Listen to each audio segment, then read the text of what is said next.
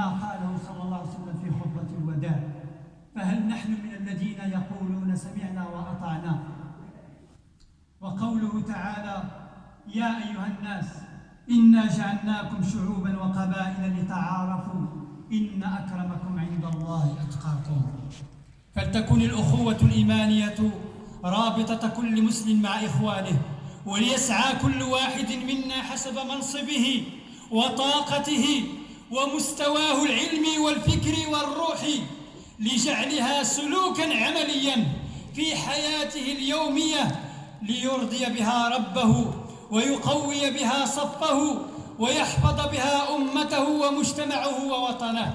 فإن جاهدنا أنفسنا أحباب الكرام بكل عزم وصدق للعودة إلى هذه المبادئ العظيمة نكن قد حققنا مقاصد العبادات ومنها مقصد العيد، وبذلك يوفقنا ربنا جل وعلا أن نرجع كما كنا خير أمة أخرجت للناس تأمر بالمعروف وتنهى عن المنكر وتؤمن بالله.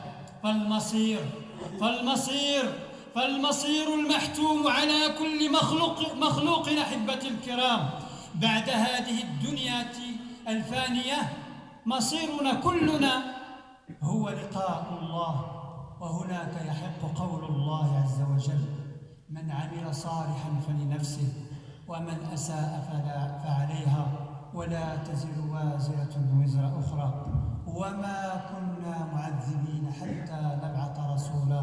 قلت ما سمعتم وأستغفر الله لي ولكم ولجميع المسلمين فاستغفروه إنه هو الغفور الرحيم.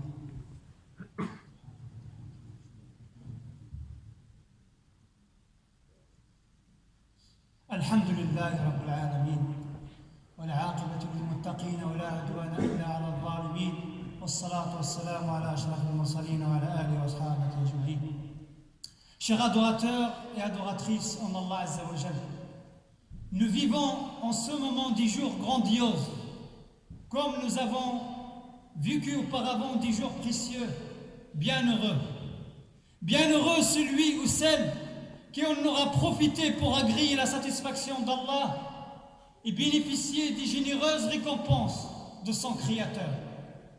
Nous avons aussi deux grandes fêtes musulmanes. Nous avons célébré une qui s'appelle la fête de la fin du mois du jeûne, Eid al-Fitr. Et dans quelques jours, nous allons fêter une autre grande fête, la fête du sacrifice. Mais nous devons célébrer cette fête pas n'importe comment, mes chers frères et mes chères sœurs. Tout ceci, c'est bien fait d'Allah Azza wa Jal. Ce sont les bienfaits de notre Seigneur qui nous offre les occasions. Allah subhanahu wa ta'ala nous offre des occasions pour faire le bien. Il nous exhorte subhanahu Azza wa Jal à saisir les bons actes afin de bénéficier de sa miséricorde et des multitudes de récompenses et dons généreux dont il veut nous faire bénéficier. Est-ce que nous sommes prêts à les recevoir? Nous le remercions subhanahu wa ta'ala comme il aime et comme il agrée. Chers frères et sœurs, la fête ne revêt pas simplement l'aspect de manger, de boire et s'amuser. Au contraire, la fête doit relater, créer en nous le sentiment de la fraternité, de la solidarité, de l'union et de l'amour sincère, le sens de la responsabilité et du devoir à l'égard de nos frères musulmans, à l'égard de nos voisins, à l'égard de nos parents, de nos enfants, de nos amis et de notre société. Sans cela, mes frères, mes sœurs, nous ne pouvons pas dire qu'on est une Ummah de Muhammad sallallahu alayhi wa sallam. Le prophète sallallahu alayhi wa sallam, il a dit l'exemple des croyants dans leur amour mutuel, l'exemple des croyants dans leur amour mutuel, leur miséricorde Leur compassion est comme celui d'un seul corps. Si une partie se sent mal, le reste du corps souffre d'insomnie et de fièvre. C'est comme ça qu'on doit être, comme un seul corps, mes frères. La description des croyants entre eux dans sa globalité, s'ils veulent réussir, l'histoire du messager sallallahu alayhi wa sallam et de ses compagnons nous a enseigné et nous enseigne toujours que la remise en question, le dévouement sincère en ayant confiance en Allah donne la force de faire face aux épreuves. Le moyen et les règles avec justice et intelligence et surtout d'être le parfait exemple de la véracité de la religion, de l'islam. C'est-à-dire, si on se comporte comme il se doit, nous allons représenter des vrais musulmans. Nous allons donner la vraie image de l'islam et non pas la fausse image de l'islam, comme on voit dans notre société aujourd'hui.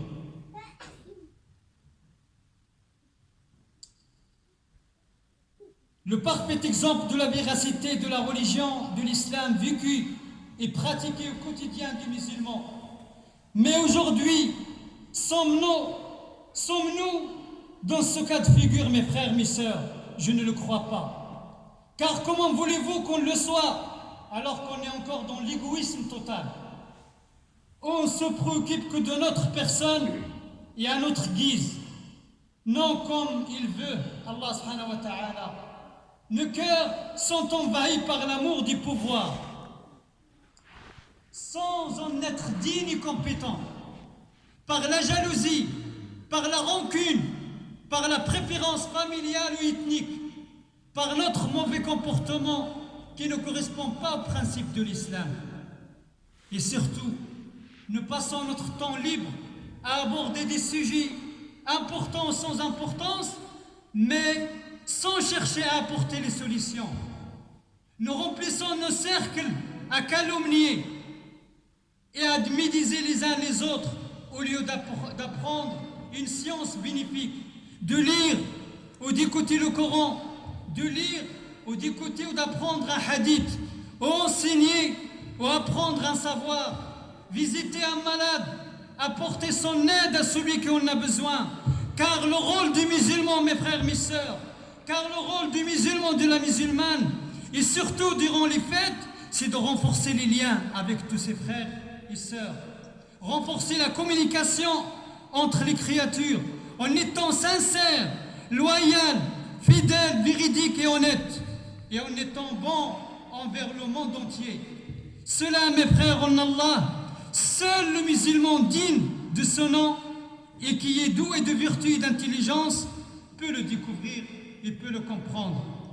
Et surtout, essayera de le mettre en pratique, car quand il regarde autour de lui avec sagesse, avec hikmah et véracité, Allah subhanahu wa ta'ala lui ouvre le cœur, lui permettant d'observer avec perspicacité, et s'apercevra que ce qui fait que l'être humain peut vivre heureux et en paix, c'est l'union et l'amour fraternel sans distinction, ni de peau, ni de couleur, ni de nation.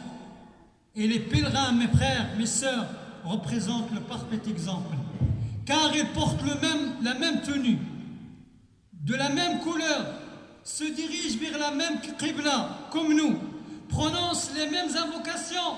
La ilaha illallah, Allahu akbar, Allahu akbar, Allahu akbar, la ilaha illallah, Allahu akbar, Allahu akbar, walillahi alhamd. De toute nation, de toute origine, de toute couleur. C'est ça l'islam, mes frères. C'est ça le parfait exemple. C'est comme ça qu'on doit être. Et glorification, malgré leurs différentes langues et nationalités. Je vous incite, mes frères, mes sœurs, à être acteurs, non des spectateurs. Soyez de ceux qui ont dit: nous avons entendu, sami'na, et nous obéissons au Allah. كونوا من الذين قالوا سمعنا وأطعنا يا ربنا. Soyons de ceux qui en font de l'échec une réussite, d'une erreur une leçon acquise. Nous devons nous unir, nous entraider dans le bien de l'islam et des musulmans.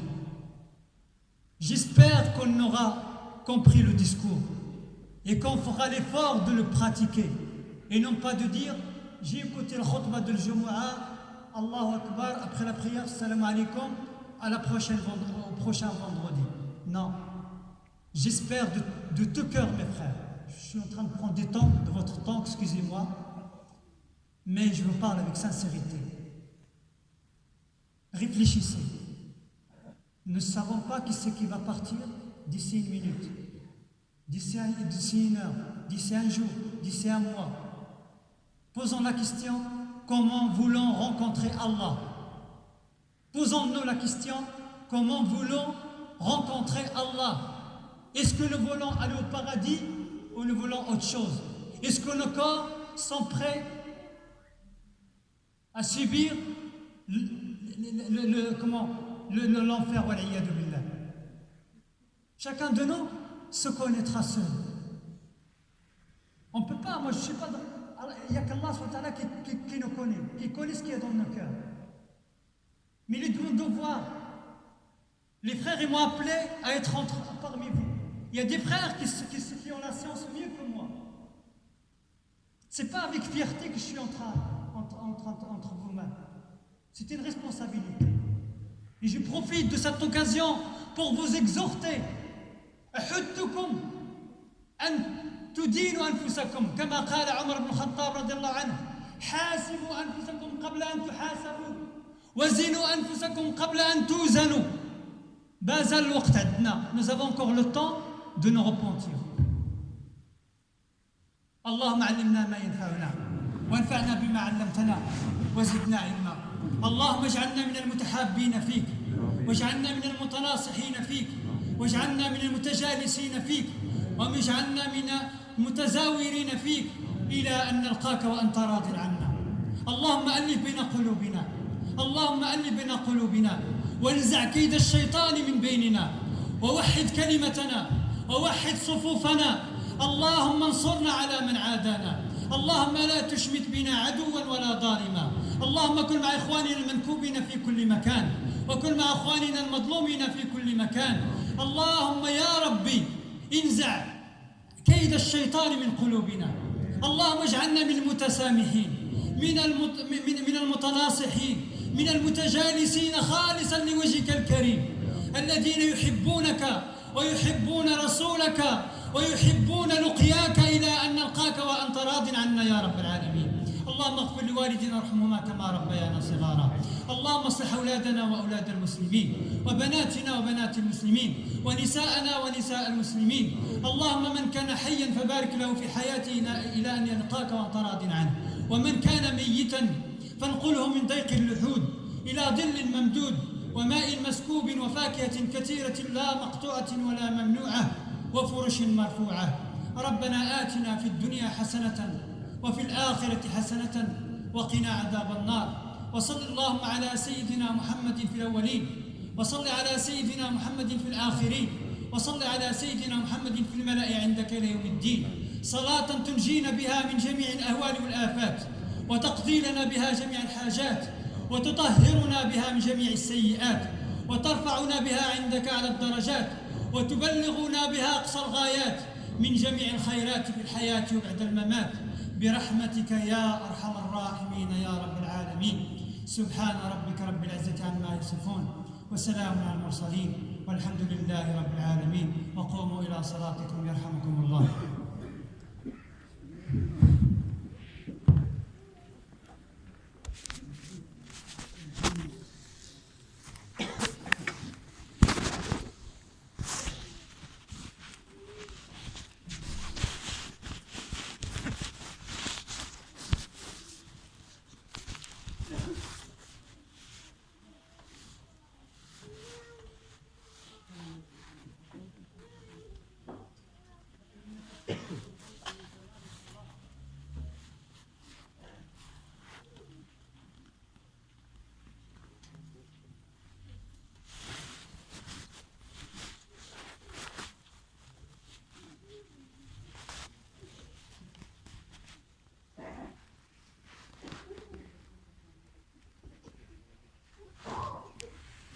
سووا صفوفكم يرحمكم الله، إن تسوية الصفوف من تمام الصلاة.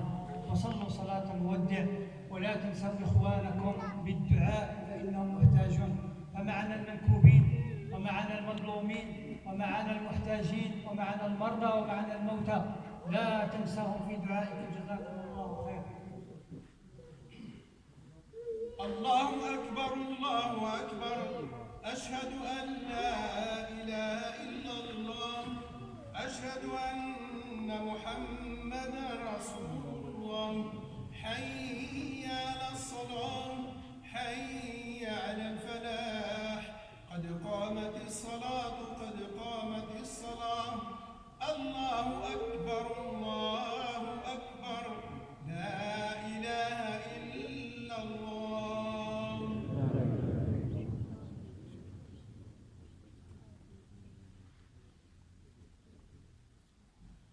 الله أكبر.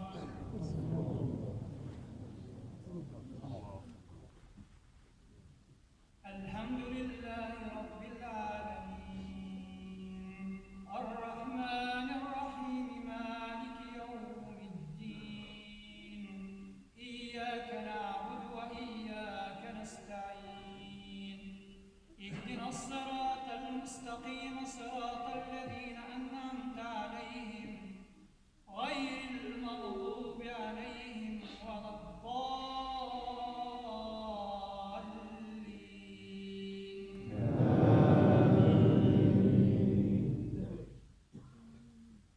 إن الذين قالوا ربنا الله ثم استقاموا تتنزل عليهم الملائكة ألا تخافوا ولا تحزنوا وأبشروا بالجنة التي كنتم توعدون. نحن أولياؤكم في الحياة الدنيا وفي الآخرة، ولكم فيها ما تشتهي أنفسكم، ولكم فيها ما تدعون، نزلا من غفور رحيم. ومن أحسن قولا ممن دعا إلى الله وعمل صالحا وقال إنني من المسلمين. الله أكبر.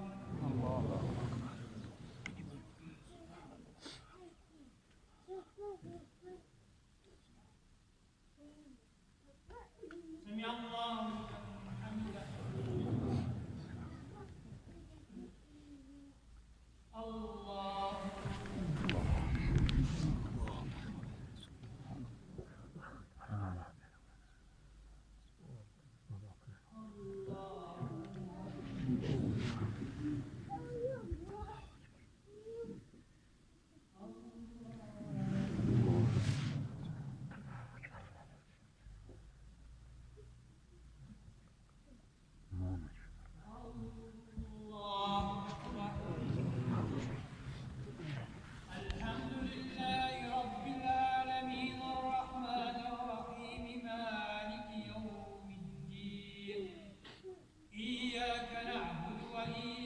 اهدنا الصراط المستقيم، صراط الذين أنعمت عليهم غير المغضوب عليهم ولا الضالين.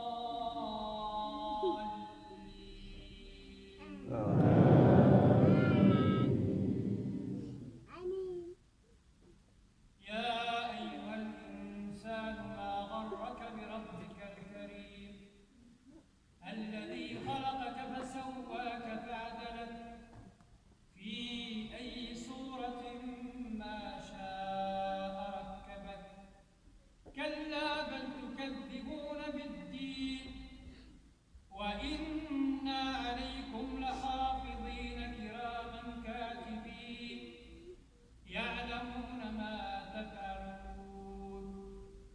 إن الأبرار لفي نعيم وإن الفجار لفي جحيم يصلونها يوم الدين وما هم عنها بغائبين. وما